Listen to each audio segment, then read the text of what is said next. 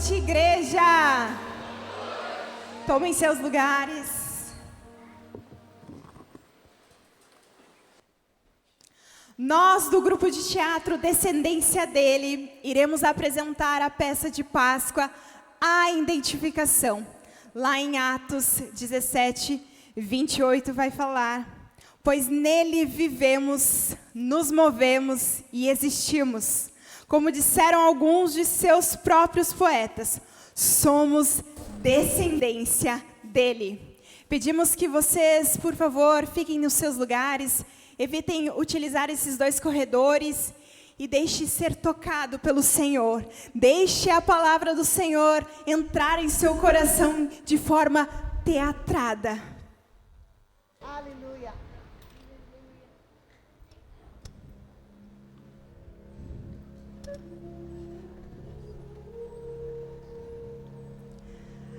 Graça é a essência de quem Deus é.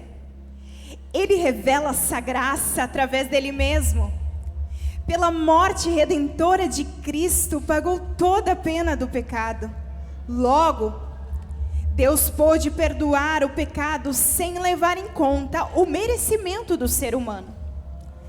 Deus não nos perdoa por simplesmente ser bom, mas proveu a redenção para nós, por meio do sangue de Jesus.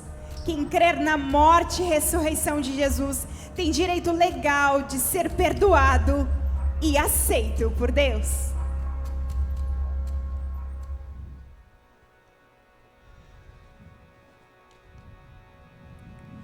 Sejam bem-vindos à prisão A Caveira. Nossos prisioneiros estão condenados à prisão perpétua. E alguns deles já estão sendo preparados para passar pelo nosso corredor da morte. Há alguns boatos por aí onde estão dizendo que um tal de Jesus Cristo já passou por este corredor e pagou toda a pena de morte dos nossos prisioneiros, dizendo que eles não precisam ficar mais aqui, nem precisam passar pelo nosso corredor, ou muito menos pagar o preço de pena com suas vidas.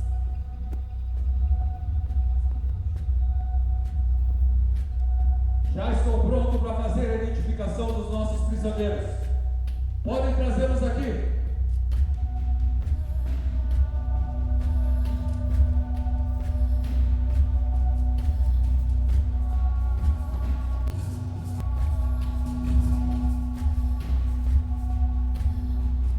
Prisioneiro 568, um passo à frente. Apresente-se. Me chamo Oscar. Tenho 52 anos, fui condenado por abandonar os meus filhos quando eles mais precisavam. Na época eu era jovem e imaturo, não queria assumir a responsabilidade de pai. Não pensei na dor e nas consequências que isso traria para a vida deles. Eu acho que jamais irão me perdoar. Eu irei morrer com essa culpa e condenação. Na verdade, não sou merecedor do perdão de mim. Prisioneiro 560, passo à frente, apresente-se. Me chamo Solange, eu tenho 46 anos e fui condenada por aborto. Deixei a minha mente, pensamentos e vozes ditarem e falarem quem eu era: inútil, fraca, inferior a todos.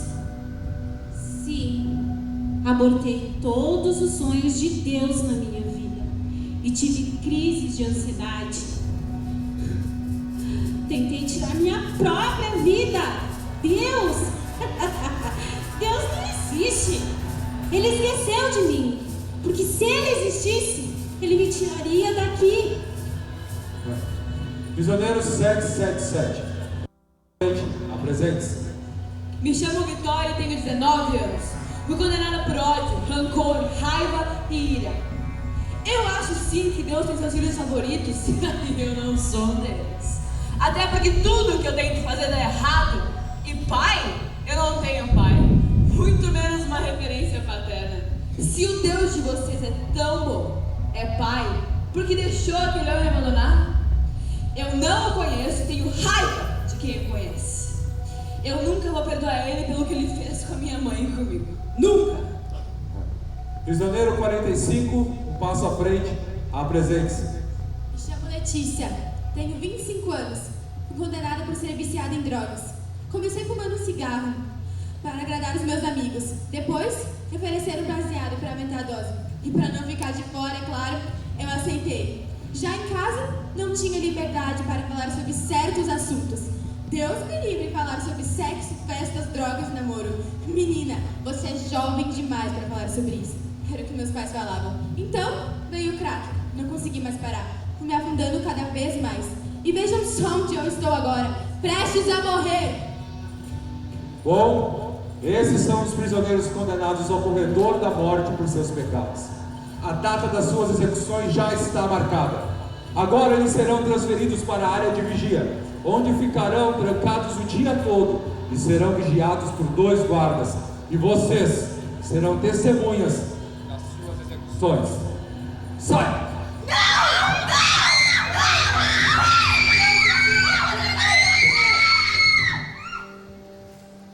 Nenhum juiz tem direito de absolver o culpado ou de condenar o inocente. E para que a justiça ela seja exercida, o julgamento deve seguir de acordo com esse princípio. Deus precisa justificar o inocente e condenar o culpado. Como Deus santo e justo recebe pecadores em sua presença, o homem foi criado como aquele que manifesta a grandeza e o governo de Deus sobre a terra. Tudo que Jesus fez em nosso lugar, como substituto e mediador, foi recebido e entendido por Deus, como se nós mesmos tivéssemos feito, pela sua identificação com a humanidade.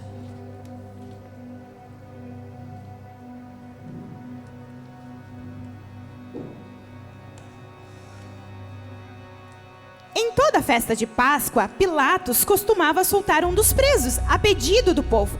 Naquela ocasião estava preso um homem criminoso e assassino, muito conhecido, chamado Jesus de Barrabás, mas também tinha Jesus, o Messias. Quem vocês querem que eu solte? Jesus Barrabás ou Jesus chamado Messias? Quem vocês querem que eu solte? Barrabás! Barrabás! Solte para nós, Barrabás! Mas o que eu farei com esse Jesus chamado Messias? Crucifica! Crucifica! Mas que crime ele cometeu? Crucifica! Crucifica! Crucifica ele! Crucifica! Crucifica! Pilatos soltou Barrabás assim como a multidão havia pedido. Depois, mandou os soldados levarem Jesus para ser chicoteado.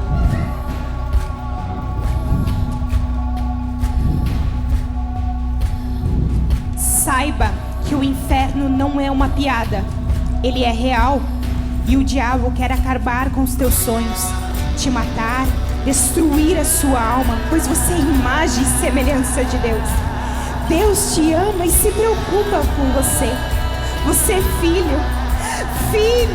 E o diabo, ele foi um querubim e não um filho. Por isso, ele te odeia tanto. Você ainda se lembra de tudo que Jesus fez por vocês na cruz? Foi lindo o dia da crucificação de Jesus. Naquele dia, o diabo achou que ele deixaria de ser o Messias, pois homem algum conseguiu suportar até o fim da crucificação, porque doía muito. Mas com Jesus foi diferente. Primeiro o levaram para a quarentena, onde o colocaram de joelhos. Você sabe o que quer dizer quarentena? Quarentena significa 40 chibatadas. Naquela época colocavam 2 carrascos com chicotes nas mãos. E na ponta desses chicotes haviam pedacinhos de ossos e metais. Esses carrascos eram soldados romanos fortes. Enquanto um batia de um lado, pá! O outro batia do outro lado. Pá! Pá! Pá! Pá! Pá! Ah! Todos acharam que Jesus ia e pedir para que eles parassem. Mas, como uma ovelha, ele foi levado. Mesmo naquele momento, onde estava sendo chicoteado, ele não gritou. Quando aqueles corpos profundos entraram em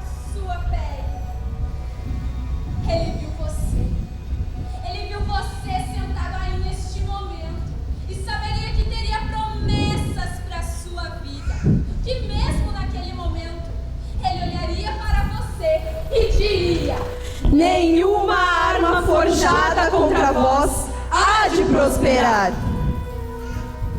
Os soldados tiveram ideias mirabolantes. A função deles era apenas de crucificar Jesus. Mas não. Um deles mandou fabricar uma coroa de espinhos, o outro trouxe uma capa bonita e o outro um pedaço de cano. Eu não sei se você já se cortou, mas quando você coloca um pano em cima da sua ferida, aquele sangue começa a se secar junto com o pano. E foi o que aconteceu com Jesus. Naquele dia, aquela capa começou a se secar junto com suas feridas em seu corpo. Então pegaram aquela coroa de espinhos e botaram em sua cabeça. Aqueles espinhos começaram a entrar em sua caixa craniana. Os seus olhos pareciam que iam saltar para fora.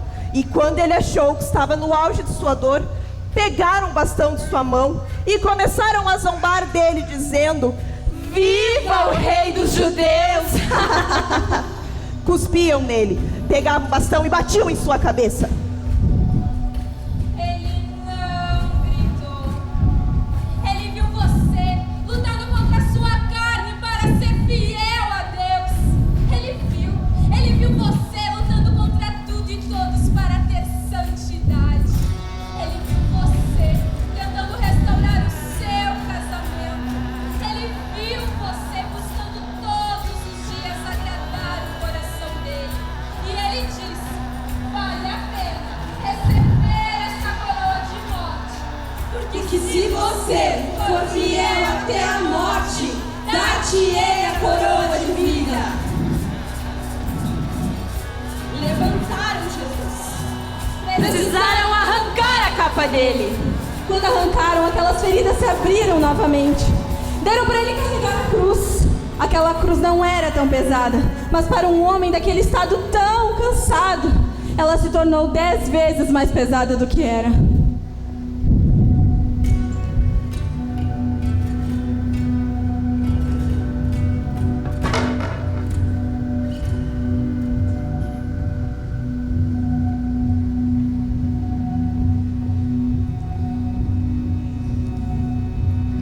E chegaram a um lugar chamado Gólgota, que quer dizer lugar de caveira.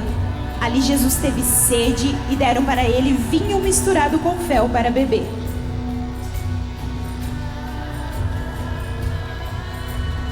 Quando chegou para ser crucificado, eu tenho uma curiosidade para você. A cruz não foi fabricada para Jesus. Ela foi fabricada para Barrabás. Barrabás tinha o corpo maior que o de Jesus. Por isso, precisaram esticar ele. Esticar! Quando ele abriu os olhos, começaram a pregar pregos em suas mãos. Sabe qual foi a dor que Jesus sentiu? A dor do nervo do seu braço repuxar até a axila. O tétano estava invadindo o seu corpo. Doía muito. Então, os soldados colocaram uma placa onde estava escrita uma acusação contra ele. Este é Jesus, o rei dos judeus. Mas a morte de cruz não era pela dor. Não, ela era por asfixia. Quando aquelas pessoas tentavam ficar ali se segurando por muito tempo, o seu corpo ia descendo e o pulmão ia se fechando. E assim eles morriam, sem ar. Mas Jesus estava ali, mesmo com seus pés pregados, se equilibrando com seus pés pregados para salvar a humanidade. Ele fechou os olhos e ele viu você orando pela sua família. Ele viu você sentada aí do lado do seu pai, esse coração duro que diz que não quer saber de Jesus. Ele viu você aí do lado da sua mãe, que diz que não precisa de Jesus, ela jamais vai ser cristã. E ele disse: vale a pena ter as minhas mãos furadas, porque hoje eu vou entrar na sua casa, vou rasgar o céu sobre a sua família, vou estender as minhas mãos sobre o seu lar, vou erguê-los, chamá-los pelo nome e dizer: tu és meu. E a promessa será tua, e tu e a tua casa servirão ao Senhor.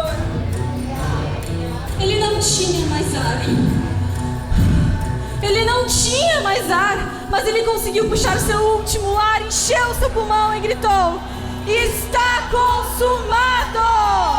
Mas na verdade, na sua língua original, ele não gritou está consumado. Isso é na língua portuguesa. Na língua da época, ele gritou Tetelestai! Você sabe o que quer dizer Tetelestai? Se você fosse hoje visitar uma prisão romana daquela época, ali você encontraria um prisioneiro enjaulado em sua cela. E ao lado teria uma placa. E nesta placa estaria escrito o nome do prisioneiro, o crime que ele havia cometido e o tempo que ele ficaria ali para pagar aquela pena. Por exemplo, 20 anos. Mas agora, se você voltasse lá 20 anos depois, aquele homem não estaria mais lá. Aquela cela estaria vazia e não haveria ninguém ali. Porém, ali do lado haveria uma placa, a mesma placa, onde estaria escrito Tetelestai. Você sabe o que quer dizer quando Jesus gritou está consumado, Tetelestai? Ele olhou para você e gritou: você está livre! Não há mais condenação para você. Não precisa mais ficar enjaulado. Eu paguei a cédula de morte que era contra a sua vida. Você pode sair. Não precisa mais pagar o preço. Você está livre! Deus plantou o seu filho para colher muitos filhos.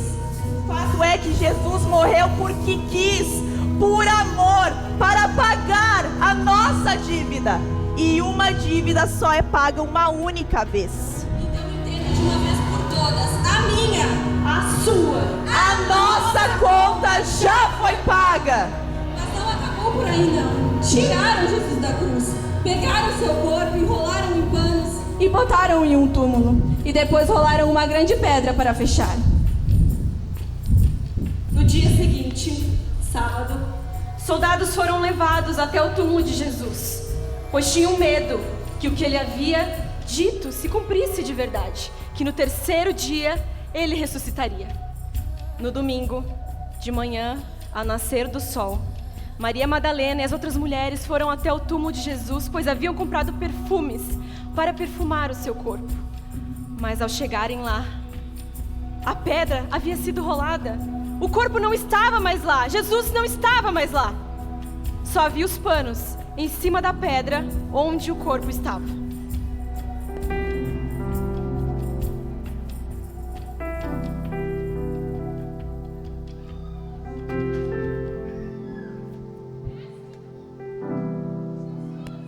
Hoje é domingo de manhã.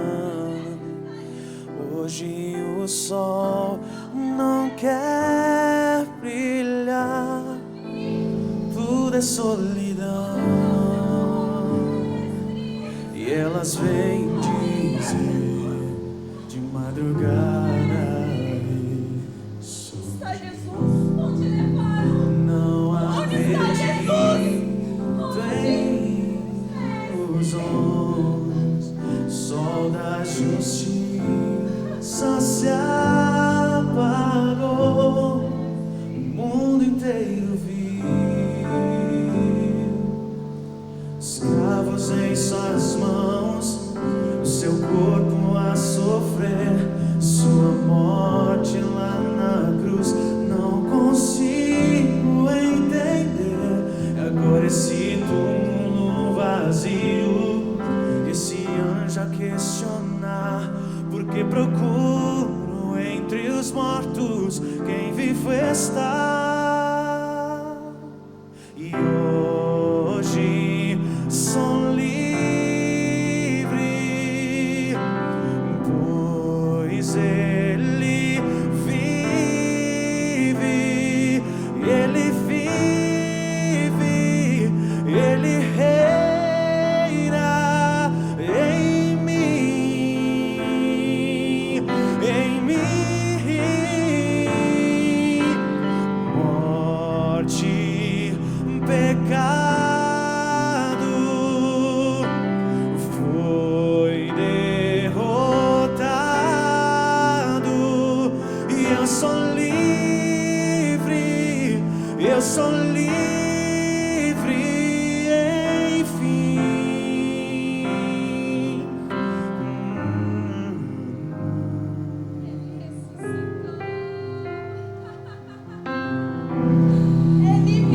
Oh, Jesus ressuscitou da morte eterna para a luz, da água renasci, e faz sentido servir alguém melhor que eu. E hoje sou livre, pois Ele vive, e Ele vive, Ele reina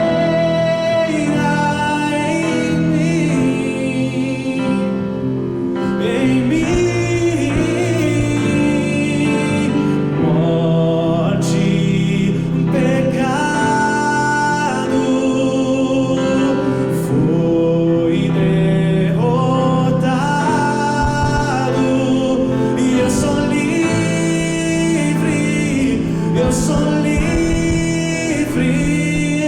enfim.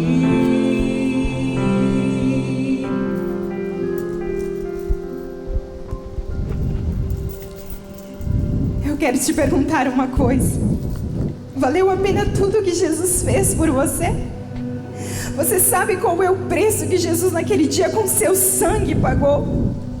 E que pelo seu sofrimento Ele tirou de uma condição de escravo, pobre, miserável e doente, para uma condição de filho, herdeiro, justo, rico, próspero e curado.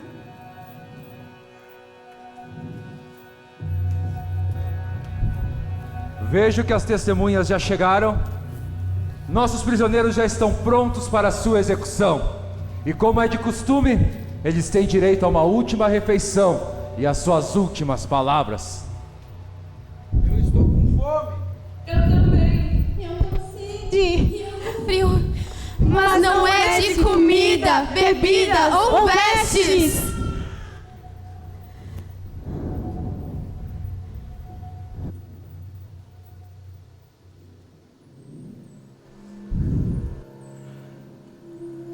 Eis que eu bato na porta e vos digo: aquele que vem a mim jamais terá fome, e aquele que crê em mim jamais terá sede.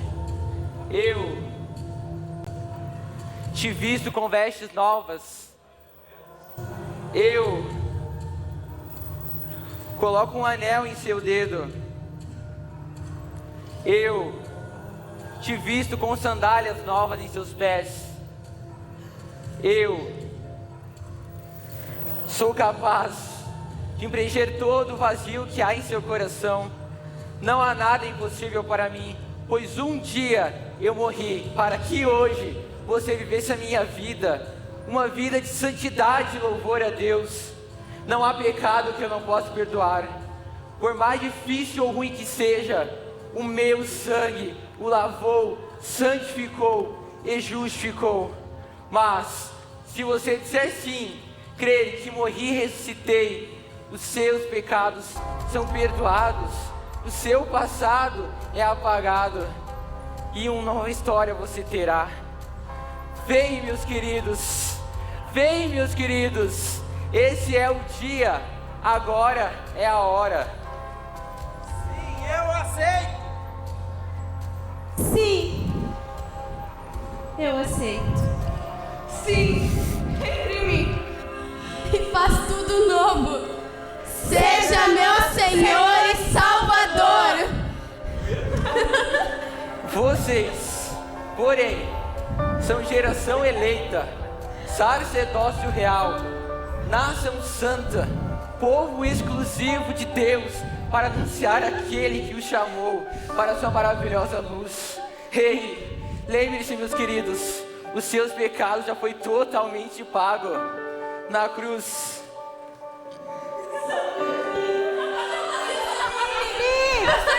Somos livres! Nesses dias de desespero, incerteza e medo, em uma salvação eu creio, creio em ti, creio em ti, acredito em Jesus Cristo, acredito em Deus o Pai, acredito no Santo Espírito que nos vida nova traz, acredito na cruz de Cristo e que a morte enfim venceu, acredito que ressurreto muito em breve voltará, creio em ti.